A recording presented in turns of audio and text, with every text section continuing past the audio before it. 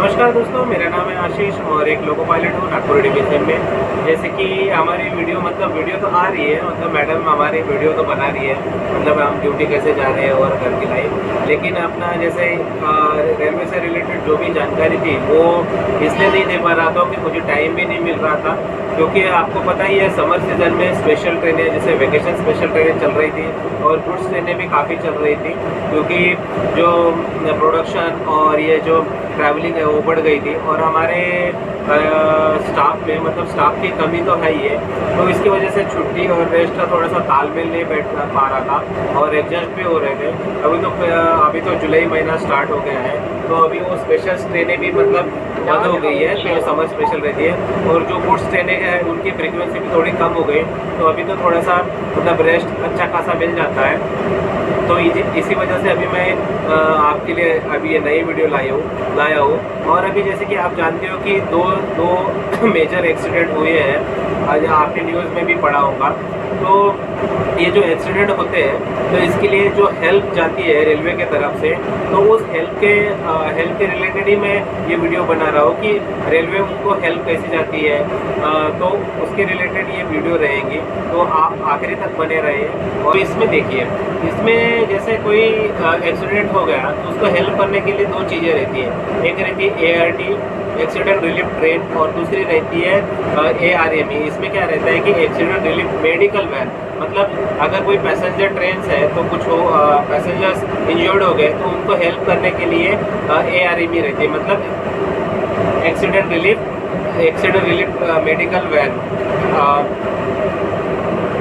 Accident relief medical van. और ART मतलब होती है कि एक्सीडेंट रिलीफ ट्रेन। उसमें क्या रहता है कि उसमें क्रेन्स रहते हैं और जो भी मतलब जगह पटरी से बोगी उतर गए हैं उसको पटरी पे लाने के लिए या फिर उठाने के लिए, तो और उसमें पूरे मतलब स्पेयर पार्ट रहते हैं जो भी यूज़फुल रहते हैं, जैसे ट्रैकमैन लोग रहते हैं, जो भी JE SSC रहते हैं, उनको यूज़फुल जो टूल्स लगते हैं वो ART में रहते हैं। और दूसरा होता है क्रेन्स भी आती है, मतलब रेलवे की मतलब प्राइवेट क्रेन नहीं रहती है, रेलवे की स्पेशल क्रेन रहती है जो उतना वेट को संभाल सके, उस वेट को संभाल सके वैसी क्रेन रहती है। और इसमें कैसा रहता है कि सेल्फ प्रोपेल्ड भी रहती है, मतलब डीजल से चलने वाली। दोस्तों, मैंने आपको ART और MRT के बारे में जो जानकारी दे रहा था वो पूरी जानकारी वो मतलब वीडियो में तो नहीं दे पा रहा हूँ, जिससे मैं ड्यूटी पे था और वर्किंग कर रहा था। तो मैंने सोचा कि वहाँ पूरी बात नहीं हो सकती, क्योंकि मैं वर्किंग में था तो ज़्यादा बात भी नहीं कर सकता था, इसलिए मैं अभी घर आके पूरी जानकारी देता हूँ। तो ऐसा रहता है, जैसे आपने देखा होगा कि अभी रिसेंटली बहुत सारे एक्सीडेंट हुए। हो सकता है कि वो मतलब इंसानी गलतियों की वजह से हुआ है, लेकिन देखो इंसानी गलती की वजह से हुआ है, उसमें टेक्नोलॉजी इम्प्रूव कर रही है, लेकिन एक्सीडेंट पे के बाद में क्या होता है इसके लिए और उसको हेल्प कैसे करती है उसके लिए ये मैं वीडियो बना रहा हूँ। और हो सकता है आपको आज ये जानकारी अच्छी लगे। अगर जानकारी अच्छी लगे तो आप ऐसे ही कोई क्वेश्चन पूछिए कमेंट बॉक्स में, तो मैं उसके आगे की जानकारी दे सकता हूँ। जैसे अभी देखा होगा कि कोई भी ट्रेन रहती है तो कैसा रेलवे में कैसे सुविधाएँ रहती है, जैसे कोई भी एक्सीडेंट होता है तो रेलवे में उसकी कैसे सुविधाएं रहती है मैं आपको बताता हूँ।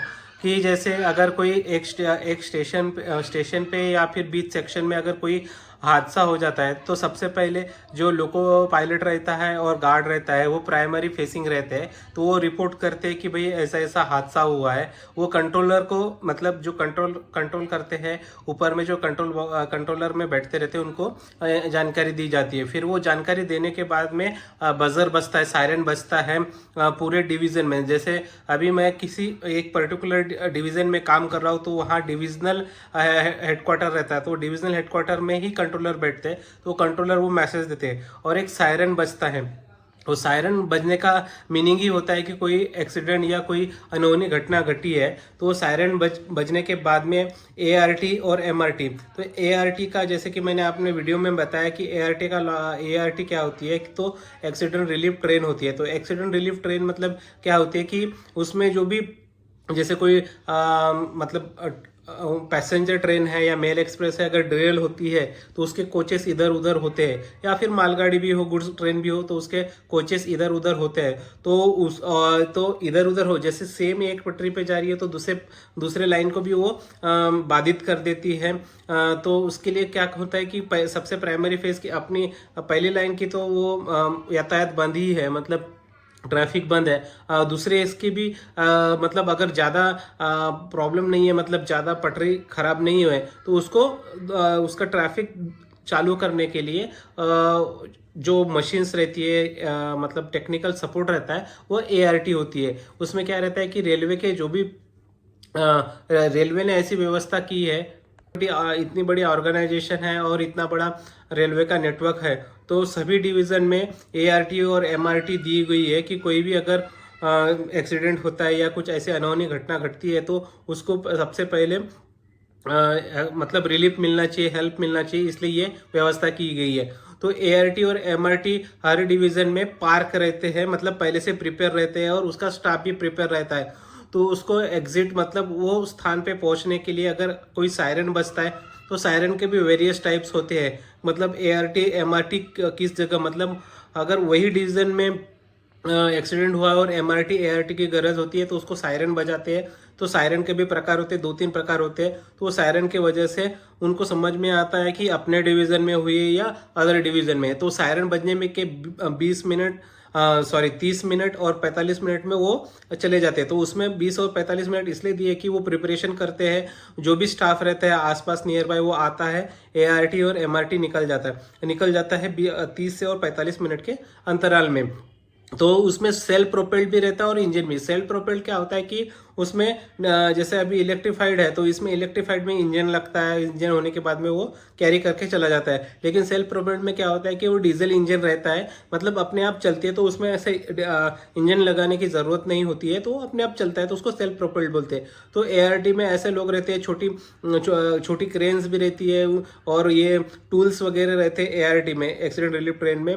और कोई मतलब क्रेन्स रहती है और स्पेयर से पार्ट्स रहते हैं जो कि वो हेल्प करते हैं कि पटरियों पे जो भी पटरियों की व्यवस्था अच्छे से करने के लिए और दुरुस्त करने के लिए वो सब पार्ट रहते हैं। तो एमआरटी में क्या रहता है कि अगर कोई इंजर्ड हुआ है या फिर किसी का कुछ एक्सीडेंट, जैसे पैसेंजर ट्रेन है तो एक्सीडेंट हुआ है तो उसको मेडिकल फर्स्ट एड जैसे बोलते हैं अपन, की कोई भी अगर कार एक्सीडेंट होता है तो फर्स्ट एड उसको दिया जाता है। वैसे ही एमआरटी रहती है कि वो फर्स्ट एड देने के लिए उसमें डॉक्टर्स रहते हैं और नर्सेस रहती है। तो वो एमआरटी और एआरटी मतलब जितने जल्दी हो सके, क्योंकि आपको पता है कि अगर कोई भी एक्सीडेंट होता है तो उसमें क्या पेशेंट को गोल्डन हावर्स में अगर या डायमंड हावर्स में अगर उनको प्राइमरी ट्रीटमेंट दी जाती है तो वो बचने के चांसेस उनको ज़्यादा रहते हैं। इसलिए एमआरटी जल्दी से जल्दी पहुंचती है और उनको फर्स्ट एड देते हैं और उनको उनको मदद पहुंचती है, तो वो बचने की चांसेस ज़्यादा रहती है।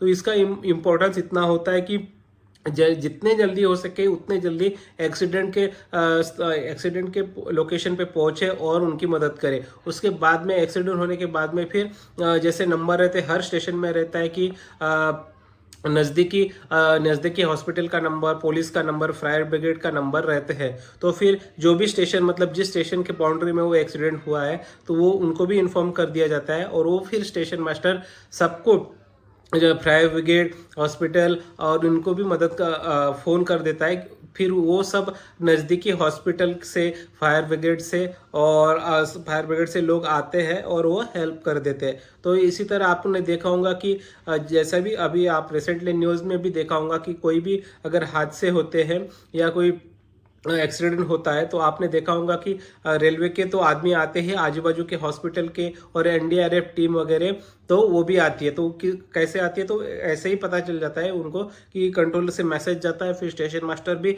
उनको मैसेज दिया जाता है कि भाई ऐसे ऐसे एक्सीडेंट हुआ है तो आप जल्दी से जल्दी आने की कोशिश करें। तो होप आपको ये बातें समझ में आ गई होंगी कि एक्सीडेंट कैसा होता है, मतलब एक्सीडेंट होने के बाद में कैसे उनकी हेल्प की जाती है और रेलवे क्या करता है। तो इसी प्रकार आपको ऐसी ही जानकारी हम मेरे वीडियो में मिलती रहेंगी। होप करता हूँ कि आपको ये मैंने जितना समझाया या फिर मेरी जो चीज़ें समझाई गई है वो आपको थोड़ा सा मतलब नॉलेज बूस्ट करने में या फिर रेलवे की सिस्टम के बारे में जानकारी मिली होंगी। चलो, thank you very much, bye bye.